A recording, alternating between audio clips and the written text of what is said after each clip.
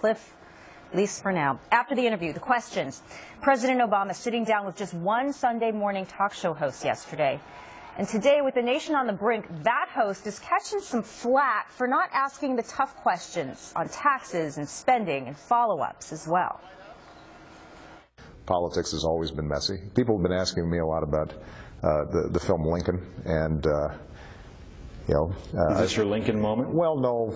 Look, I never compare myself to Lincoln, and B, obviously the magnitude of the issues are quite different from the Civil War and slavery.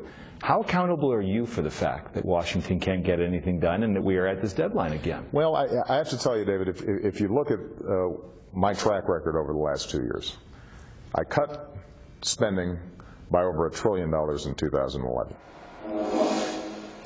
Vince Coglianese is with the Daily Caller. Vince, what do you think about how the media is treating the president as we muddle through this fiscal mess? Well, it's a pretty consequential time, right? You need to have the president answering tough questions about one of the toughest issues that our country's faced in quite some time. And he sits down with David Gregory on Meet the Press, which he believes the president does and the White House does, that this is his opportunity to speak to America, to speak broadly.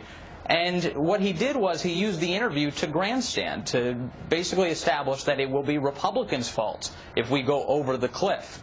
Gregory didn't push back against that claim, asking him only, do you bear some fault, but also like consoled him a little bit. It was like, oh, well, you've had a tough go with Congress. Right. Oh, that's no, interesting. that's not the point. That's an interesting take.